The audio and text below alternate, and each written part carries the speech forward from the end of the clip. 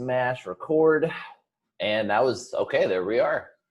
There we are. We're here. That is that easy. Technology is amazing. Okay, sir. So yeah, we had a gap there, a little gap week. We did a little thing that we didn't record, just a little half-hour check-in. But this will be a full session for anybody that's watching. You'll get the full gamut. And assuming the resentment is one that you're comfortable in sharing, and if not, yeah, yes, I think so. Yeah, man. So let's start with yeah. You messaged me last night asking to what was that? That seemed like a really big thing that folded really easily. Egg whites. Okay. Cool. Yeah. So you messaged me yesterday. Yep. And we're like, hey, get me in touch with Shelby. So, and for anyone who is listening, Shelby is a nutrition coach who kind of does what we do here, but specifically on food-related stuff. And so I take kind of this general approach, just a general overall life approach. And what I found is by applying this kind of identifying and becoming aware of thoughts approach to deal with like 99% of the things that I'm automatically, sometimes a laser targeted approach for a specific issue works really well. And that's what Shelby does. I think that's a good description, but which you'll be able to verify, assuming you start working with her, because she's not cheap. She's pretty expensive. I am the cheapest there is. It doesn't get any less expensive than me, but yeah, but you got money. So yeah, and it was just a thing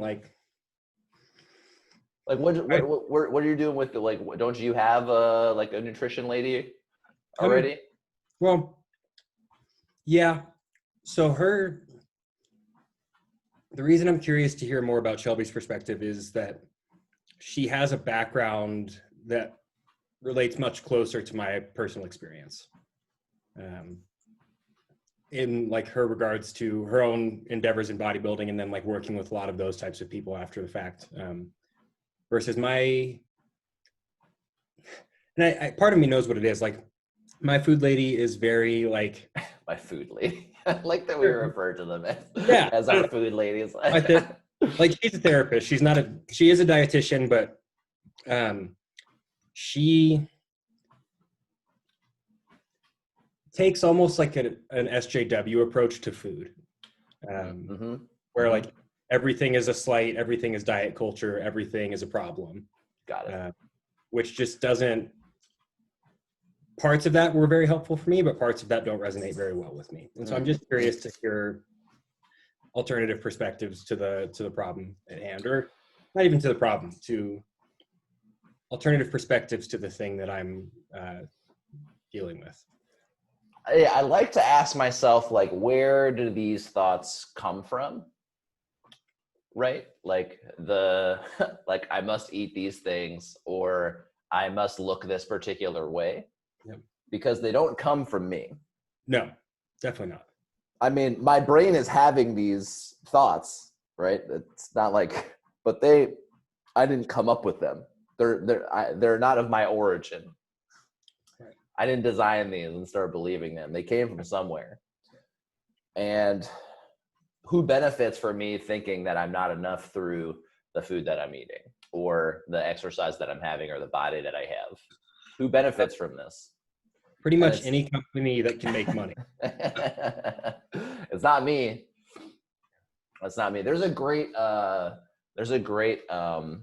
series of Cracked videos that does if Foo were honest. And so it's if credit card companies were honest, or if coffee companies were honest, or if insert company here, and they have a great one if they said if diet companies were honest. And that one actually got surprisingly real. Okay. And so I recommend giving that a watch, give that a look. And it gets it starts off, I'm oh, it's pretty funny. And then it gets really real. I can search if diet companies were real, that all. Diet companies were honest, I think would Okay. it'll pop up and just do a video search. I'm pretty sure it'd be like the top one. If it's basically it's an old man who like looks like a spokesperson, but he's like the fake spokes. He's the if honest spokesperson. Right. Yeah, it's very very funny. It's like if colleges were honest, yada yada yada yada, or textbook companies were honest, yada yada yada yada. Very very funny stuff. But anyway. It got me thinking about that. That's like, what are the incentives in the diet industry? And the incentives aren't to keep me healthy. No. You don't make money from getting some people to where they want to be and keeping them there. It's like pharmaceuticals. It's like you don't make money in pharmaceuticals by coming up with a cure to something. You get wealthy by treating symptoms. Right? Oh, I'm tired. Here's the thing that will make you feel less tired. We're not going to deal with the actual root causes of making you feel less tired. We're going to treat the symptoms. And so, because if I don't take care of the root cause, then I can keep coming back for more and more and more and more. And then I get used to whatever I'm being given. And then I need more of that, or I need to switch to something else to attack it from a different angle. The same is true with dieting. Because dieting is like, okay, diet, reach whatever goal weight there is. It is unsustainable, and then I'm going to switch off. Yeah, that's where I'm at right now. Is we've made, I was going to say we, because I know based on what you've told me, your experience has been filled with a lot of progress on this front. And I know I've personally made a lot of progress here, but there's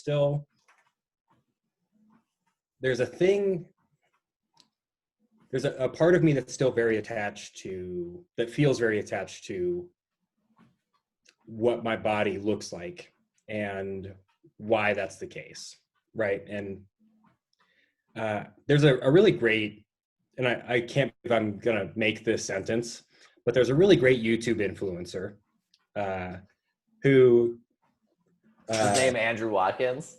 Yes, actually. No, her name is Stephanie Buttermore, and she dates this guy named Jeff Nippard. That's a great last name. Buttermore? Yeah. That's what an awesome last name. I'm pretty sure that was horrible to go through middle school with. Oh, for sure. But what a great name. Anyway, keep going. And she dates a guy named Jeff Nippard, who I used to follow. He's like used to be a pretty successful like natural bodybuilder, and she decided to do.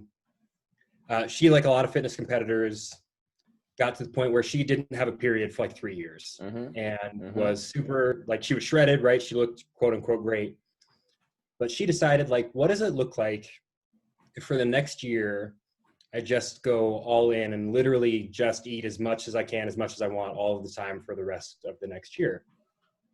And will that abate these symptoms that I'm experiencing? Will my extreme hunger go away? Will I get my period back? Will I feel better? And lo and behold, imagine that all of those things happened. And the numbers don't really matter, right?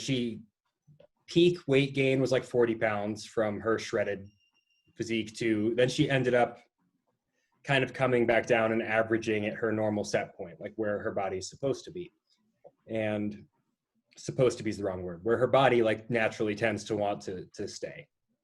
And I watched those videos and I experienced two things. One was a lot of like after pictures. Oh yeah. And and the after pictures in your mind, was it like, oh my God, how did you let yourself go so much? Or did she look totally normal and fine? Both actually happened. Yeah. There was both showed up. And the dialogue I felt like was, I'm watching this and she's sharing her story because so much of it resonates with what my experience has been. Obviously not the lack of menstruation, but like the rest of it, pretty nail on the head. And watching these videos, two things came up for me. It's like, wow, that's really inspiring. That's so great that she could do that. I kind of want to like not feel the way that I feel anymore about these things. And then the second thing that came up is, well, yeah, but if you do that, you're going to be a fat piece of shit. So like, don't even bother. Yeah. And in whose book, right? And it's my book, right? It's Exactly. some arbitrary set of standards I've set for myself. Whereas like, if we're being Like if we're being real, it's like, obviously it's all relative. Like I am, it's not like my body is some like amazing sculpture. Or maybe I should actually start thinking of it that way. But because it is, when I, like at the end of the day, like any like fully healthy operating body is just a fucking absolute wonder of the universe that it even exists. But I'm just talking about like if you were like put me in a movie or something like that, right? You would be like, whoa, look at that guy, right? And that's crazy that that's the standard. But anyway, I'm someone's after picture. Like I am like where I'm at, right? Like there is someone out there, a bunch of people out in the world that would be like, wow, I like that's a goal, right? It's completely relative. And it's, again, I'm not like, I don't have fucking like striated fucking abs with fucking veins popping out by any means. I can like barely see the top 4 of them right in the morning when I'm dehydrated. But that's someone's after picture, right? That's someone's after. And I'm sure you're someone's after picture. And someone wants to be where you're, again, it's all relative. And not to say like, what I'm not trying to say is because other people want what we have, then it's good. What I'm saying is like, it's entirely made up in my mind and the goals are arbitrary. And what's good enough or what's great or what's the end doesn't actually really exist in my experience. Yeah. So even if I do attain like a certain level of fitness, if that's coming from a place of not enoughness already, it's not gonna do the trick. It's gonna feel good and then I'm gonna want more. Yeah. And so the benchmark I use is like, how do I feel? And if I feel slow, like, oh, by the way, if anyone's watching and is like, what is he doing with his shoulders? Like I'm on a walking desk right now. It's totally changed the game. Jordan and I talked about it last session that we didn't record. And that's what's happening. So little aside, I thought I was walking about 40% more than I was because this is programmed, because it's a cheapo thing from Amazon. It's programmed to kilometers and that's it. And so I thought I was walking 2 miles an hour. I was walking 2 kilometers an hour. But you just need to do 4 kilometers an hour now and make up. That's the max. That's the max when the arms are down in walking desk mode. They don't let you go faster than 4 kilometers an hour. But anyway, that's why I'm doing this. Back to body stuff. So yeah, if I do anything from that place, it's never going to be enough. If I'm doing it from the place of not enoughness, like I must go get this body because I don't have it. I'm not enough as who I am right now. And if I get this body, then I will be enough. Or like someone will love me, right? It's not going to be enough. And then I'm going to bring that into like, let's say I do find a girl who does like me for my body, and then I'm going to be all insecure in the relationship anyway. The relationship's probably not going to work out. Like it's fruit from the poisonous tree, and it's fruit from the poisonous mind. So even if I get the things that I think I want, when my motivations come from those thoughts that we know don't work, it's not going to pan out. It's like when I was in my early 20s, I got married to a fucking awesome human being. I got a house, got the car, the whole shebang, had a cool sounding job, and I wanted to kill myself. It didn't matter. It didn't matter. None of it mattered. When it's all coming from thoughts and patterns and actions that really just don't make sense when I analyze them. And to be specific with those thoughts, and we've talked a little bit about them already, it's like, I'm not safe, I'm not enough, people outside of me are responsible for my value. That's a big one. And the comparison game. It's a constant comparison game with my friends. It's like, especially in my 20s. I don't know if I just got healthier or I just got more successful, but I don't care nearly as much anymore about how I compare. I still definitely do.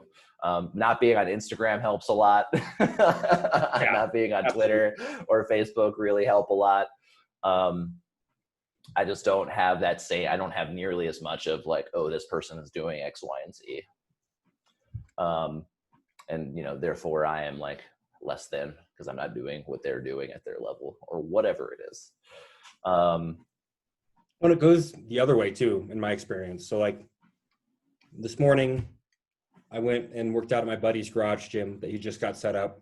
And I had woken up and I was kind of beating myself up, right? Like took a look in the mirror, wasn't happy with what I saw. And it's like, well, maybe if you weren't eating a slice of pie every fucking night like a piece of shit, you wouldn't look this way. You'd be fine. And like there we go. And so I went and lifted with them, and where my brain immediately goes is like, oh, relative to these people, you're still strong, or you still look okay. You can get away with this kind of stuff. Yeah. Yep. And those aren't the standards I want to have for myself. You know what I mean? I want to have standards, but I want to have my standards. I don't want them to be imposed upon me by some external force where I don't understand, like I don't really know their motivations or their incentives.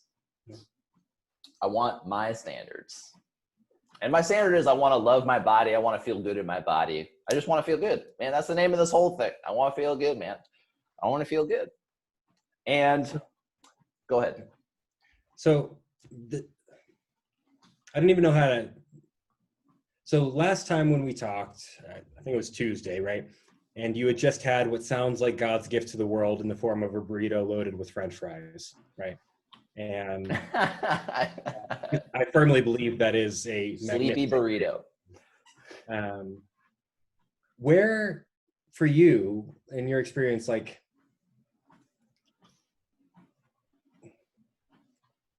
how have you gotten, or where does that fit into the feeling good, right? Like eating the things you want when you want to. Well, yeah, most of the time eating what I want, and by most, I mean like 70 to 80% of the time, eating what I want is like some piece of meat, a bunch of veggies, and like a sweet potato. That's most of the time. And then,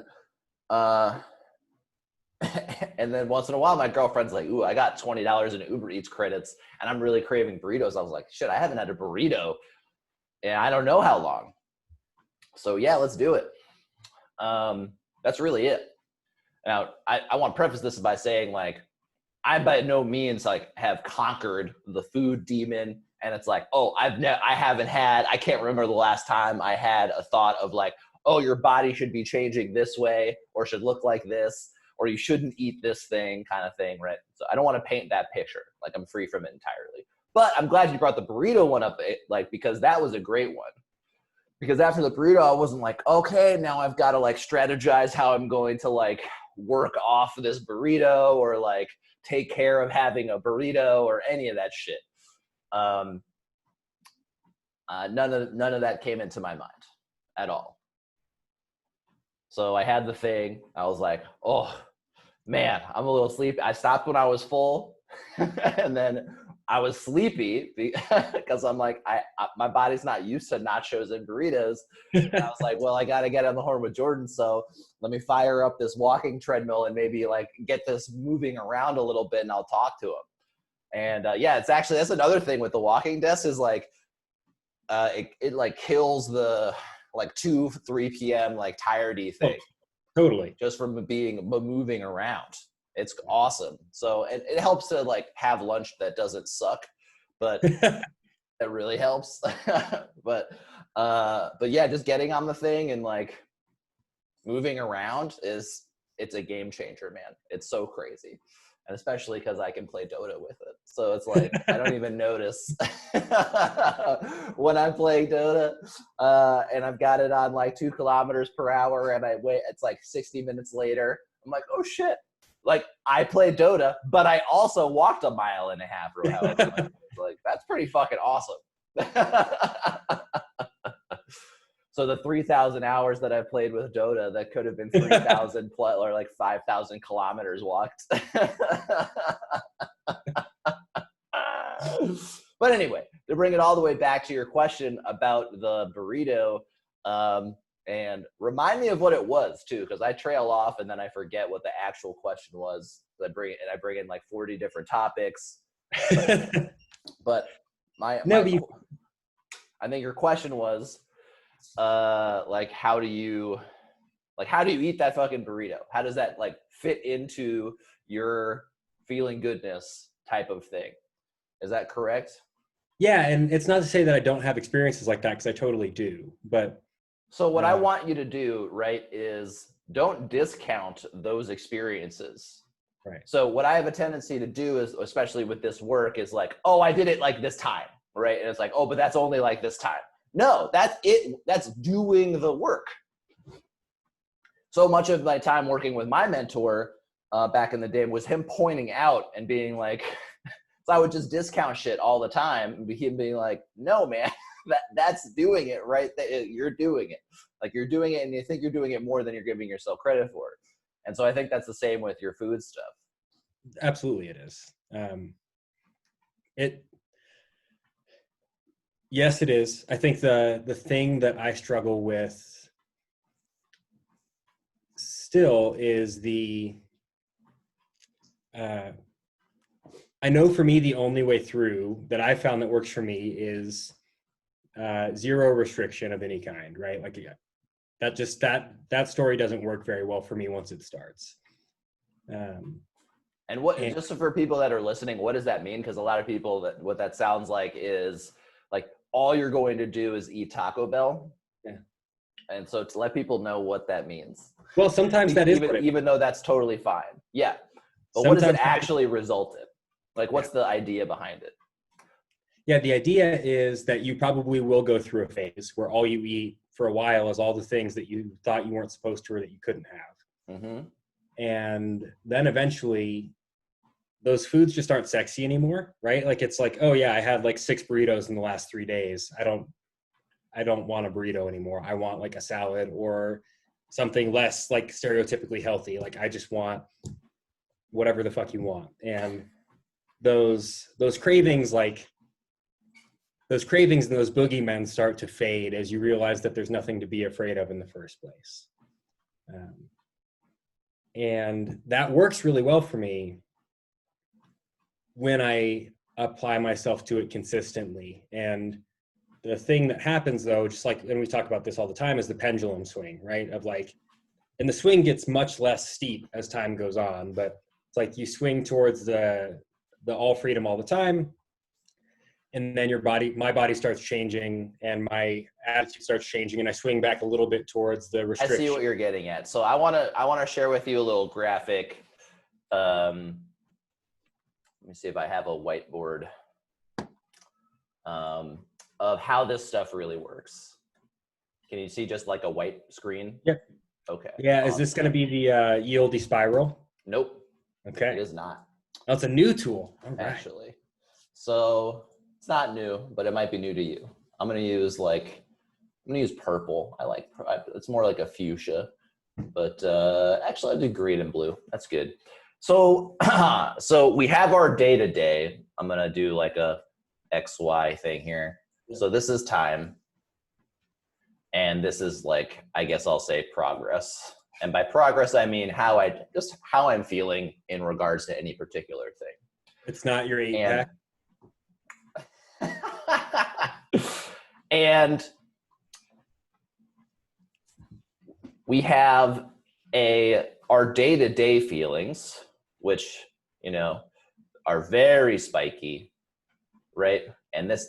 But I'm generally improving, right? And there's tiny little ones. And actually, I'm going to can I like clear this? Yeah, I'm going to clear my drawings. And I'm going to do that one more time, make it more like curvy.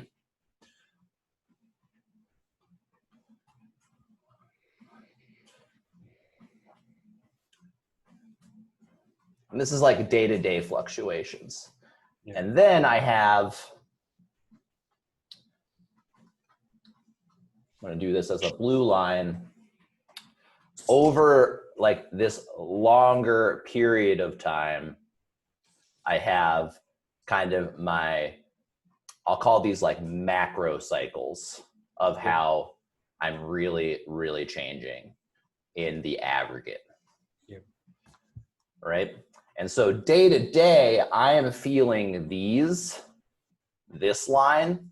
I'm like, oh, okay. Like, so this day, I'm like, oh man, I'm like crushing it. It's going to be like this forever, blah, blah, blah, blah, blah. Right? But the macro cycle's on the downturn. Yeah. Not really. I'm still better than I was here. Right. Right. But in this macro cycle, right, this is like what's actually changing in this is like long term, like this is set it and this is baking in my experience. And these day-to-day fluctuations are what reality feels like. And if anyone's been doing any considerable amount of work on their mind, they'll recognize like at one point in time, they just wake up and it's like, oh, I don't think this way anymore. Or I don't feel this way anymore about a thing. And that's this cycle kind of leveling out. And it always kind of, it actually, this isn't particular that, it kind of trails behind the day-to-day feelings. Does that make sense? It does make sense, yeah. So like where you're feeling like, oh, like, I'm like not consistent or I'm not doing it or like blah, blah, blah. Like you're just in this like daily, like really, really micro fluctuation part of the cycle where this work is like slow and steady and gradual progress. And yes, we could apply the upward spiral analogy to this exactly, but it doesn't have like the mini aspect to it. It's another way of thinking about the spiral. I think it's an important distinction. This graph makes a lot of sense to me. Stop share. So the spiral for anyone, I won't go into the spiral. We'll go into the spiral another day. So that's a question I have for you. And, I can ask Shelby this on Wednesday too, but in your experience in working with her, did you go through a phase like that where it was like no holds barred? Dude. Okay. Oh, no. Oh, sorry. I didn't let you finish the question. I assumed what it was. Continue. Yeah, just like no holds barred, like Andrew's going to eat whatever he wants to eat. And for you, that ended up looking like whatever it was. I didn't feel the compulsion to go eat whatever I wanted to eat. It was kind of more on a day-to-day basis. So it was like a day would happen and it's like, you know what I really want? I want a fried barbecue chicken sandwich. That's what I really want. And I would have that thing. But no, it wasn't like, oh, I'm going to go off to the rails now. Yeah, it's okay. I know what that, like for me, that turns into, like that binging stuff, like just does not sound appealing to me at all. I feel like shit. Like here, for anyone who isn't a binger listening, the cycle is like a compulsion occurs. So there's just some thought. And then there's like this feeling behind the thought. It's like, it's this urge. And it's not hunger. It's like, it's like this like yearning to be filled, right? This like gap that's yearning to be filled. And it's like, I don't know, it's a tingly sensation for me of like, all right. And it's like an anxious feeling almost. It totally is. And I've got to get this fucking craving taken care of. That's what it feels like in the moment. And then there's the planning of it. That's like, okay, I'm going to do this. And then it's like, that almost feels good. The planning, all right. The planning of all the things I'm going to have that I'm not allowed to have from all the restriction I've been doing. Right. And then there's the getting of the thing. And as I'm getting the thing, like, I'm planning to have way more than I could ever like actually eat, which I will eat, but but like what I know will make me like ridiculously full. Because it's like I get this a lot when I order. It's like I order and I have this anxiety that when I order I'll still be hungry afterwards. which I don't think is unique to to just bingers. I think a bunch of people have that. But I'll have this anxiety of there being not enough, so I'll order way more, and so I know that I'll be full.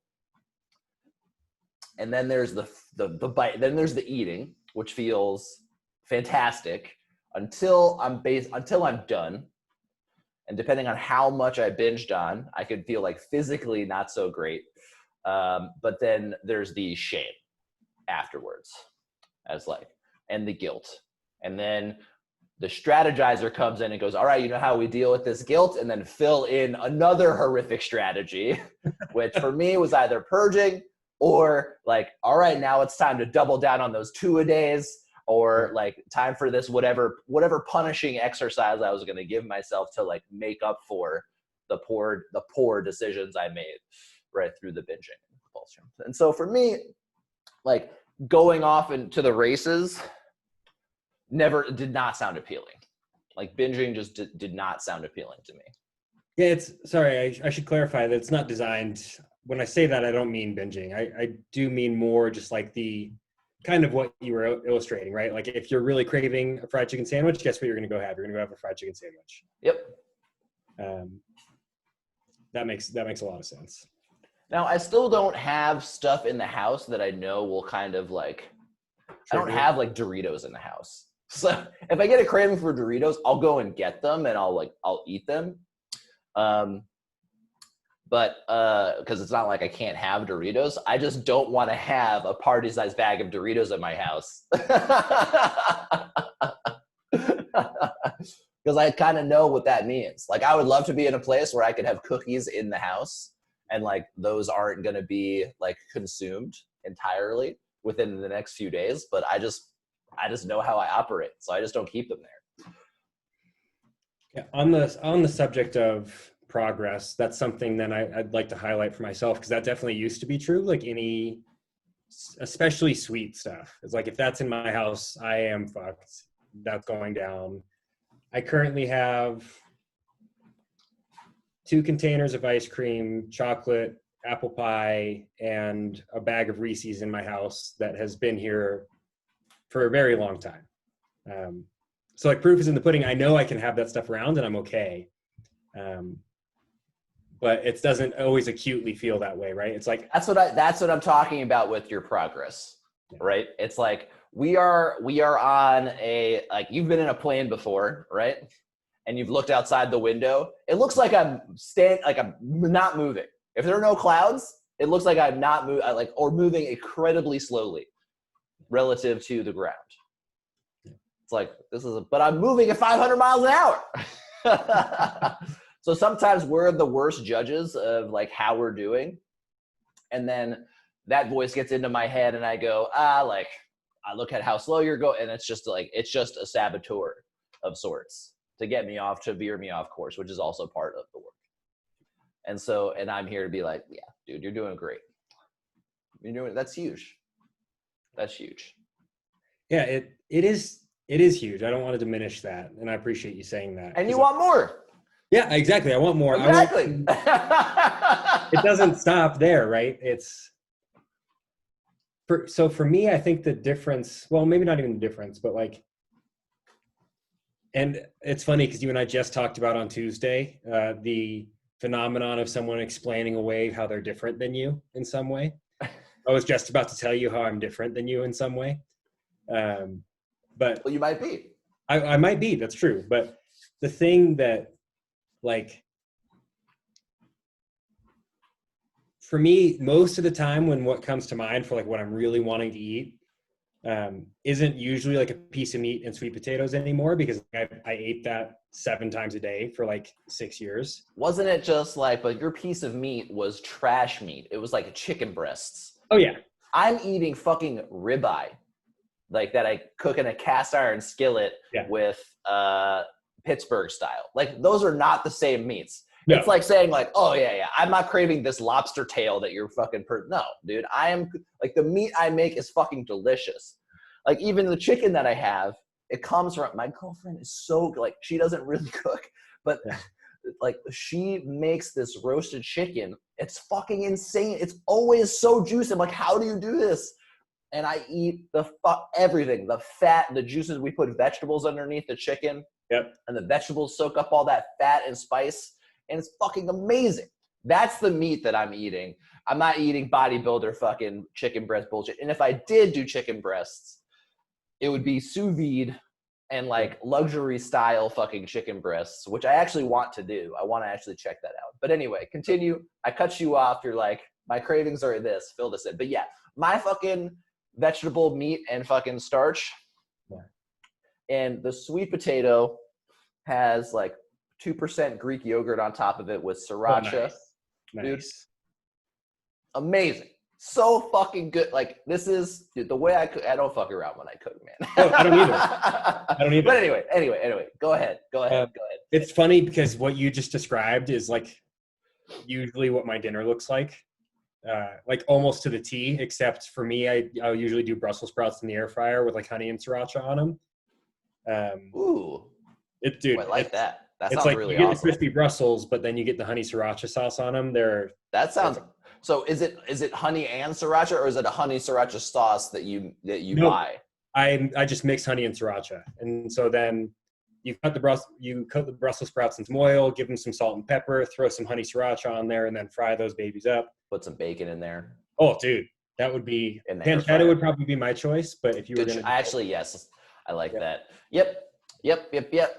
So anyway, all this to say, like, for me, my cravings mostly are like, my number one thing is a sandwich. Like, I could eat a sandwich for every meal of the day, and it would be just God's gift to the world. Until it wasn't. I'm sure there might come a day where sandwiches too would Sandwiches are great. Sandwiches are delicious. They're not my craving. I guess they are, because technically, like, a burger is a sandwich, I guess. So yeah. Okay. Yeah. Mm-hmm. But it's for me, like, I look at people who are like cooks for a living, right? And like, those people are very appealing to me, or like that lifestyle is very appealing to me. And Being a chef is appealing to you? It is, actually. That's like my nightmare. I like, oh my gosh, no, like, I love cooking, but like, I wouldn't want to be a line chef. I would do. I would want to be the fancy directorial chef who just tells the line chefs what to do. Oh, I see. And comes up with the clever things. But I look at those people and I feel envious, because I doubt many of them are overly concerned about what they're putting into their body at any given moment. I don't know about that, dude. Again, as soon as I prescribe, like, I can't, like, that's a recipe for like mucho sadness, is like, these people think this way. And because and that's where, if we get into the dishonesty column, that's a really great one when I can't think of one. And it's for somebody else. Like, they did this and they were thinking that, is like, I have no fucking idea what their motivations are. Really good point. I never do. And it's like, oh man, everyone is suffering. Everyone has their demons. Everyone is suffering. Everyone has their own fucked up. I forget where I heard this, but everyone could make a movie. Everyone's life could be a movie and have it be interesting. Everybody's. And that's a really nice way to like paint some empathy too, if I'm struggling with that, especially with someone I'm not liking too much, is like, man, I don't know how this person is like, when people, like, we interact with people throughout our days, and when we stop in, they go off and they live their lives. And it's probably very similar to our lives. It might on the surface look dramatically different, but it probably goes a little bit something like this. And now I'm doing the exact thing I told you not to do. But it's the human experience. And I get home and I'm like, I'm not okay with feeling a particular way that I'm feeling. And then I think up strategies to go figure out how to not feel that way anymore. That's it. I think that's the root of almost all human suffering also, which is like, I'm not okay with how things are right now. I'm going to go find out how to make them not that way. Yeah, I agree. That's definitely been my experience. But yeah, to say that like anyone is like, I'm just consuming and I don't care. Absolutely not. There's no way. Now, are there probably people out there like that? Yeah, sure. Absolutely. And God bless them. They just eat whatever they want. They don't think about it. Like, that's fucking awesome. Good for them. But chefs have mirrors. Chefs want to be attractive to other people, right? Yeah, that was one of the things that I was reading on Shelby's website that really stuck out to me when she was talking about her experience as a former competitor, right? Mm-hmm. And like, there's a whole segment on her website, and I wish I remembered exactly what it said, but it was just like the perpetual reinforcement of consistency and all the good things that you get told because of how consistent you are, and then how shitty you immediately feel as soon as you're not that way anymore. And like why that spiral of shows always, for a lot of competitors, it's just always prepping or always thinking about prepping for the next show, and really never actually stopping, because even your off season is still 6-7 meals structured every day, right? Like deprogramming that for me has proven very challenging. It's like, dude, working out is great and feels awesome, and like putting in a good workout or like just a good stretch, like just taking care of my body feels amazing. That's not what fitness competition is at all. No. It's the exact opposite. Yeah. And so I want to preface all of this stuff. It's like, so people who aren't introduced to this, like they're telling me just to feel good, to like not exercise. Like, no. It's like nobody takes an action that in that moment they think they would be like worse off for having done it, even like the most horrible decisions. I ultimately think like I can ignore my conscience, like, no, I'm going to do this instead. Because in the moment I think I'm going to feel better. So I lie, right? In the long term though, a big picture, better off not telling the lie, probably. Where am I going with that? I don't know. That's gone. It's totally gone. Oh, fitness industry. Nah, it's gone. I don't even, anyway, it's good that it's gone because I want to get into resentment. It's time. Yep. It's actually funny you brought up airplanes briefly earlier. Actually, never mind. We're doing this one. We still have one. I'm actually afraid of flying, so we'll get to that one at some point. Okay. But so it's a resentment towards yourself? Oh yeah, for being such a little bitch boy, man. Yeah. And I need Hey, sometimes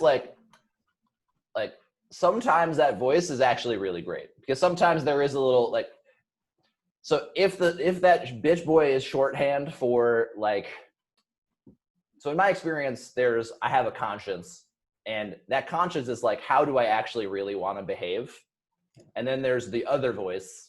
Some people call that like the devil on the show. So in like Pinocchio, there's Geppetto. That's your conscience, is like to do the right thing, that's how I really actually want to be in the situation. Then there's the other voice, like the devil on the shoulder, right? That's just like, no, like yell at your girlfriend, right? Like those are the two, yeah. Right? Yeah. And so I bring up my girlfriend specifically, not because we had a fight. We don't really fight. It's because she had deadlift day yesterday. Yeah. And she was like, like, I'm scared. I don't want to like go, it's deadlift day. And I turned to her, I was like, stop being such a bitch. Like, stop being such a pussy and fucking get after it. Like, it's fucking deadlift day. That's why you do this. That's why you go to the gym and fucking lift up the weight. Yeah. Right? This is like, this day right now is why you lift. And it was one of the rare moments that she's like, oh, you're right. Because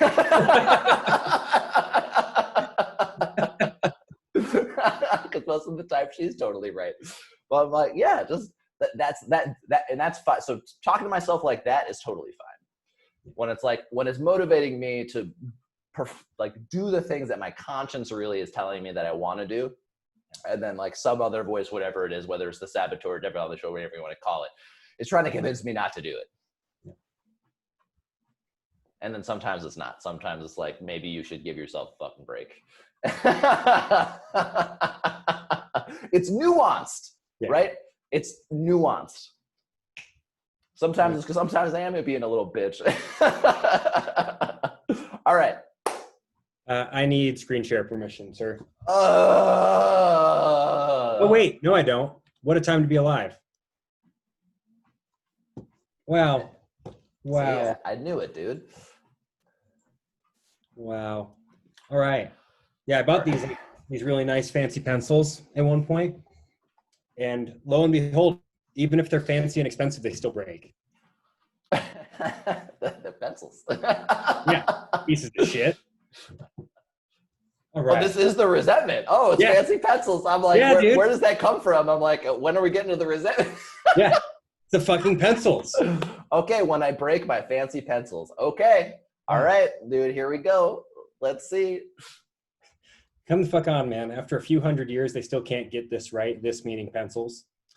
Well, maybe if I was more careful and wasn't writing in such a rush and I was more gentle, now I need to stop whatever I was doing just to sharpen this worthless thing. I thought these things would inspire me to write more and be creative and have neater handwriting, but all they do is break and piss me off. What's more, I bought them knowing I had almost no money in my bank account. Just add it to the debt pile. Yep, because that was brilliant. Totally worth it too. Things they're absolute garbage and make me feel like shit. Awesome. Really good story. Really great story. And for anyone listening, can you resonate with like a fucking, like, to me, like as an outsider, like you broke a pencil, this is the most trivial thing in the universe, but you're getting fired up. Like, I think everyone can point to a time in their life where to an outsider, a seemingly completely trivial thing happened. And then like, there's an outsized emotional reaction. I'm sure we can all point to that. Like, I love these. These are one of my favorites. Are like this teeny tiny little thing, and then like this is the story that I tell myself about it. I love it. Yeah, dude, the pencils even on the side, they say half the pressure, twice the speed. I'm like, no, it's just as much pressure because you fucking break. It's not twice as fast because you fucking break. Anyway. Does half the pressure mean that you should apply you can write, half exactly pressure? And you actually, they do write. So doesn't that tell you that you should be pushing less hard? One would think, yes, but if I apply the same amount of pressure that I would normally apply, I actually go 4 times as fast. Are you joking? I have no idea. I don't know pencil technology. I haven't thought about pencils this hard in my life. I'm completely sarcastic. Okay. That's probably why they break. Okay. I was so confused. I use one pencil. It's this. It's the Pentel Side FX 0.5.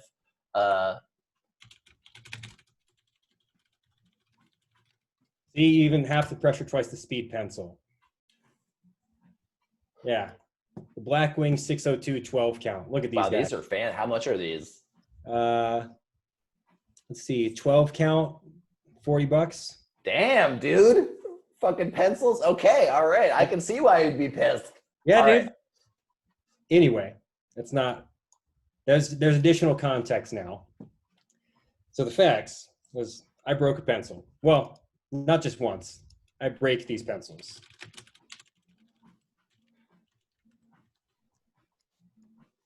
Okay. Yeah. Yep, that's accurate. So the fact is what actually happened. Like, so there's the story of what's going on, and then there's the fact is what actually happened. Yep. Right? So as another example, it's like, okay, my girlfriend is my resentment. It's like, we had a fight. She said this thing. She is stupid. I hate her, blah, blah, blah. And then the fact is we had a fight. Yeah. Or we had an argument, whatever it is, right? It just attached. Like I'm talking to a police officer, just the facts, ma'am. Like what actually just happened. Great. Fantastic. Yep. The reason the fact is there, again, this is for people listening, the reason it's just the fact is like, it helps me see how ridiculous my emotions can be sometimes. It's like, why? Like, what is happening here? There's clearly something going on when I broke a pencil and then I'm feeling like shit as outlined at the end here. So great. Fantastic. All right. Affects your pride. All right. Yeah, dude. I must be the only person who is incapable of using these pencils correctly. So pride is like what, right? What is the definition of pride? It's like taking pride or like feeling a sense of joy from someone's accomplishments or something like that. And so Like, where is that? Like, how is this bubble, like piercing that balloon of pride you have? because I spent $40 on pencils and my handwriting still looks like an angry third grader. Yeah, there we go. That's fantastic. And that's kind of tied into your ambition. So what expectation did you have here? Yeah, I was gonna like feel inspired to be more creative. I was gonna pick up drawing. There we go. That's awesome. That's Yeah. very good. That's very good. So you're like, so you're like, oh my God, I'm gonna be drawing like Daffy Duck, like awesome. I'm gonna be using these pencils. I'm gonna be fucking like Picasso with my pencils here, be crushing it, and then you break this shit and you still suck at drawing. Is that accurate? Oh God, yeah. And dude, okay. You've seen my handwriting, and it's become a point where like, get this out of my face. Like we can't even use this. Dude, I am so glad. I'm going to diverge here. I'm so glad that when I was, it was like 4th grade, maybe even earlier. And I had straight A's except for penmanship, which I got a B on.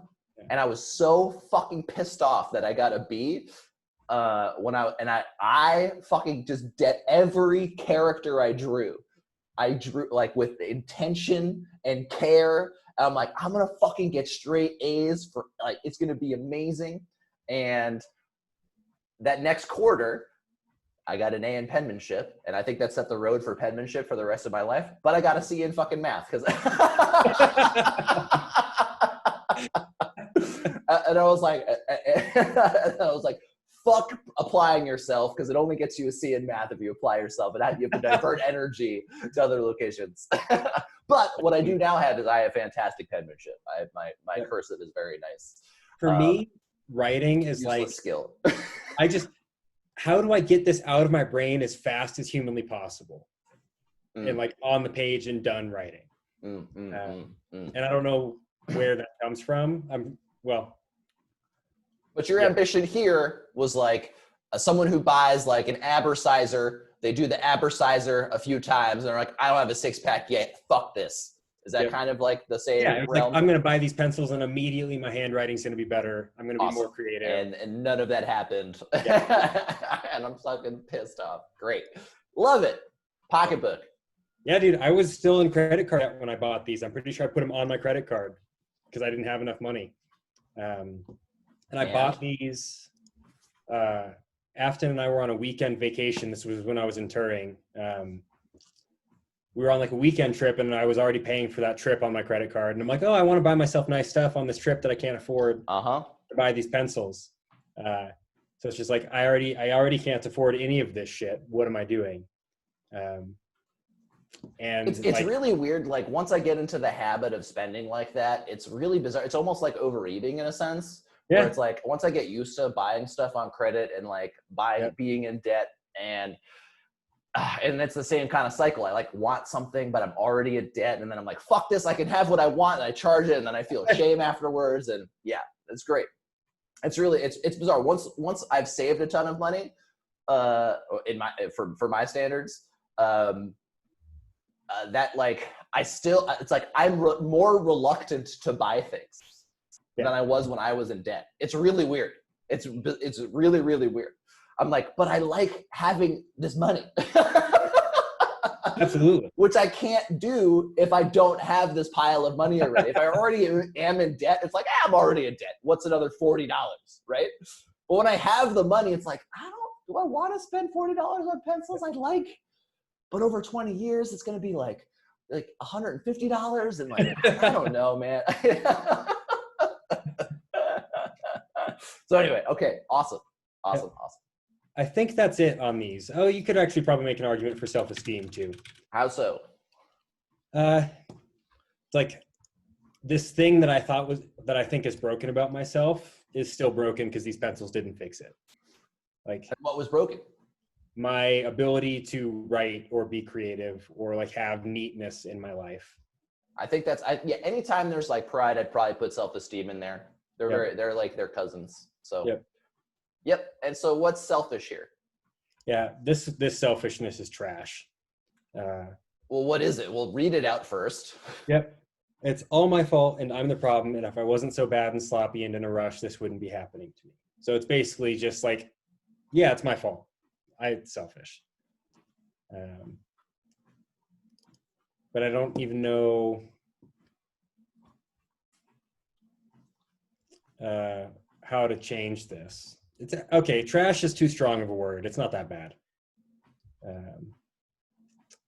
So it's all my fault and I'm the problem. And if I wasn't so bad and sloppy and in a rush, this wouldn't be happening, AKA breaking the pencils. Yeah. Right. Okay, that's great. Yep, it is taking responsibility, right, for what's going on. You are the one breaking the pencils, but that's the resentment, right? I know I'm the one. But and what else? What else is self? Don't delete it. Yeah.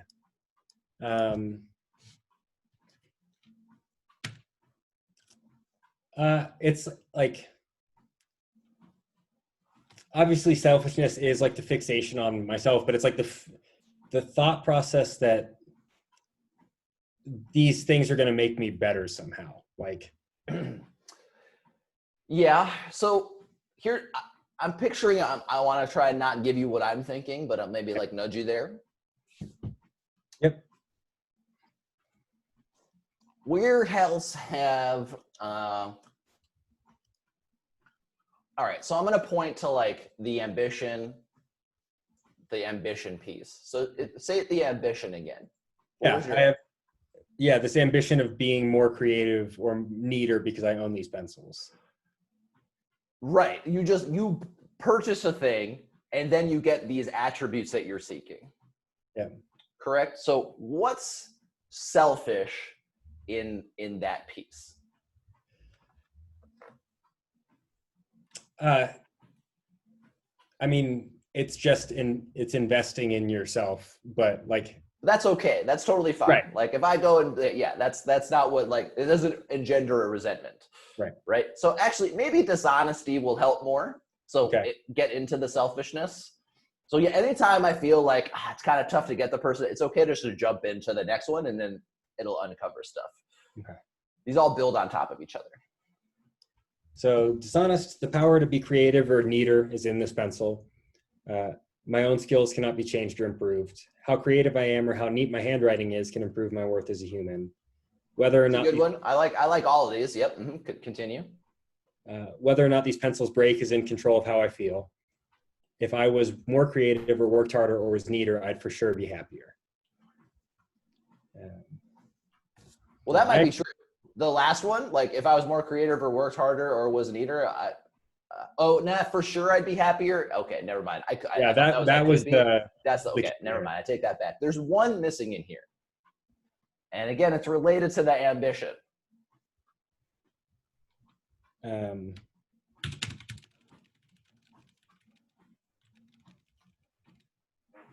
it's higher up, right? So yeah, so if your inspiration don't delete it.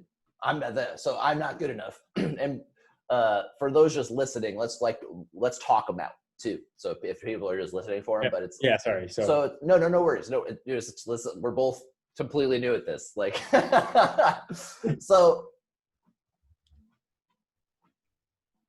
state the ambition with the pencils again. Yeah. If I buy these, I will be more creative. Yeah. Well, I want to get, what's the nuance in there? That's both selfish and dishonest. Let me ask you another question. So we'll use jujitsu. Yep. How many people start doing jujitsu and then are a black belt in skill? Almost none. So none, and then even further than that, the percentage of people who stay with it and become a black belt is almost none. So how many folk, so can I walk into a jiu-jitsu gym and buy a gi and buy a black belt and then start crushing people? No. Okay. So where's the dishonesty with this?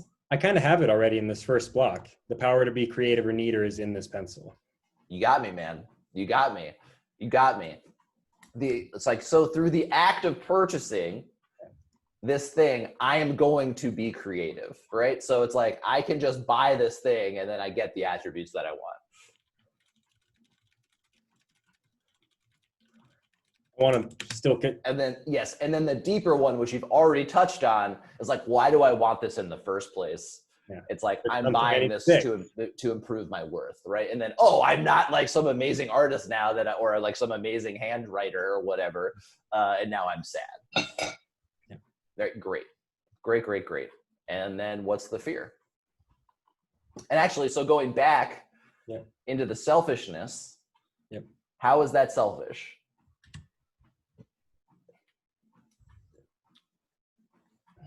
What's selfish about a guy walking to a jiu-jitsu gym and being like, I would like to purchase that black belt on the wall and that gi. Thank you very much. I'm done. I am now a black belt in jiu-jitsu. Hasn't paid his dues, man. I haven't done the actual work to become good at the thing. It's really, it is a dishonesty, but it is also selfish. The best thing about jiu-jitsu, I love that you use that analogy. Arrogance. Yeah, you can't be arrogant in jiu-jitsu. You just can't. You can. Or you can. I think it's gonna, again, I don't really know. I've only wrestled, but I think it's pretty close where it's like someone can think they're hot shit and then someone's going to come in there and fucking steamroll you and go, oh, okay. Holy shit. First time I got absolutely manhandled by like a 55-year-old who I had like 50 pounds on. I was like, what? This is witchcraft. Yep. We had a state champion on our team and it was super small. I was horrible at, not actually, I was really good at wrestling, but I got in my own head when I got on the mat. Lots of not enoughness. I was the exact, I wrestled too. It was the same way. And so I was wrestling and he was like in the low hundreds. Yeah. And I was like 175, something like that. And he fucking wrecked me. I'm like, how did you just do? What is this fucking black magic you're doing? Like, what the fuck is voodoo? Dude, it's fucking, there's a black belt at my gym who is, I think maybe 5'3" and 120 pounds maybe. It's a death trap. I'm fucked immediately. There's just zero hope. It's crazy. But all right, what's the fear here? Yeah. I'll never be a writer or have neater handwriting or have the things I want to have, and these pencils are proof. Mm-hmm. I'm too poor to afford nice things, and trying to get them whilst I'm lacking like this just perpetuates how broken, miserable I am. I'm always in such a rush, and I'm so disconnected, and that makes me a shitty person. I'm incapable of not using brute force and or avoiding breaking things that matter to me, and this is immutable. Like, these are all kind of dishonesties, but they're basically boiling to these pencils represent what a piece of shit I am. And what's the fear of that being true? Like, so let's say you are this piece of shit, right? What are the consequences? So the dishonesties, yeah, I'm a piece of shit. These pencils are evidence I'm a piece of shit. And then what happens? Yeah, so I'll never be the kind of person that I want to be because all of the above is true. Yeah, okay. And then so now you're not this person that you wanted to be. And what's the consequence? Yeah. I'm not ever going to fulfill this dream I have of writing a book. And even if I do, it's just going to be trash. And nobody wants to be with or be around a guy who is both uncreative, who is, we're going to say, uncreative, disorganized, and poor. Bingo. And then I'll never get out of debt as long as this behavior of buying things continues.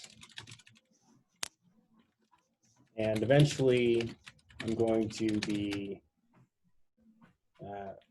alone forever and broke. Love it. Love it. And so let's go back to the fact of what happened. I broke some pencils. Bingo. And then the consequence of this is Life A and loaded death, baby. Life and death. The only way I can have these outsized emotional responses if I give them outsized weight in the stories I'm telling, right? And so it's like this is a life and death scenario, not me being creative, right? And or like spending these things, and I'm fucked. I'm fucked. It's great. I love it. So let's pull out the stories that don't work. Let's distill them down. I'm not enough. Things outside of me determine my worth. What is the thing outside of you in this circumstance? It's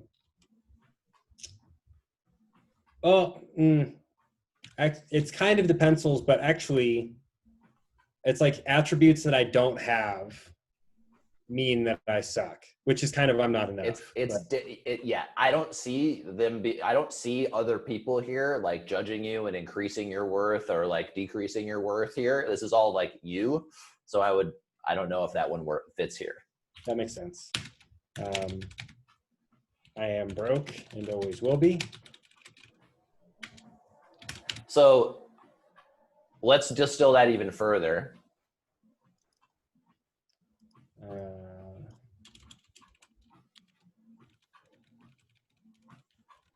Let's distill it even further from I can't handle money.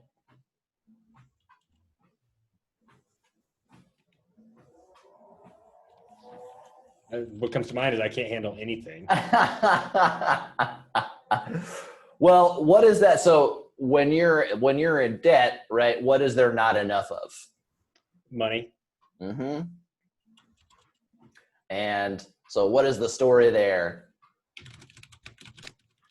There it is. Yeah, and then money is very specific. So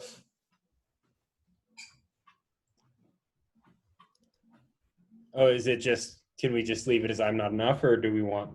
Nope. So it's very, very subtle difference. Well, not really subtle, but what if you just deleted money and deleted resources? I don't have enough. Yeah. Bingo. Or there is not enough. Yeah. Like the story is like, there is not enough in this world. I've got to go into debt. Like, I like that better. To have the, yep. Ooh, hello.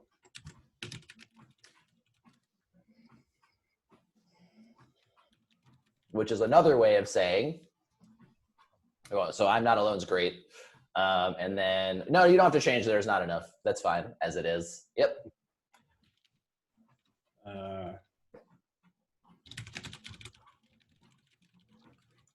That's always a good one.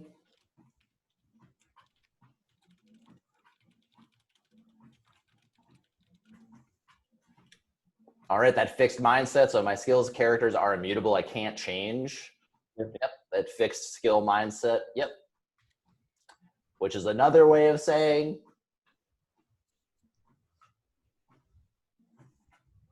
by all means keep that. I like it. Like I cannot change. No, I like that. I like that. Don't change that. Yep. But a lot of these could be called what?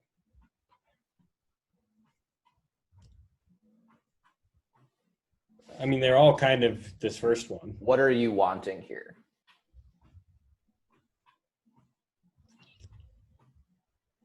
To not feel these things.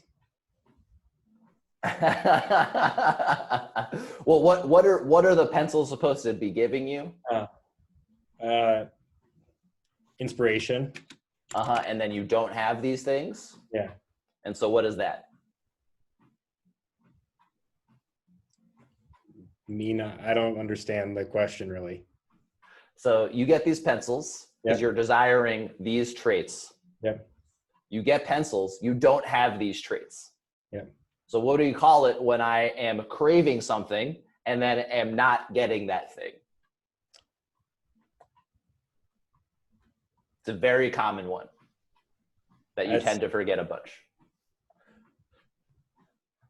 Yeah, this doesn't feel like one I've ever done before. At least not phrased in this way. I'm trying to not give it to you. That's why. Yeah. I'm replacing adjectives.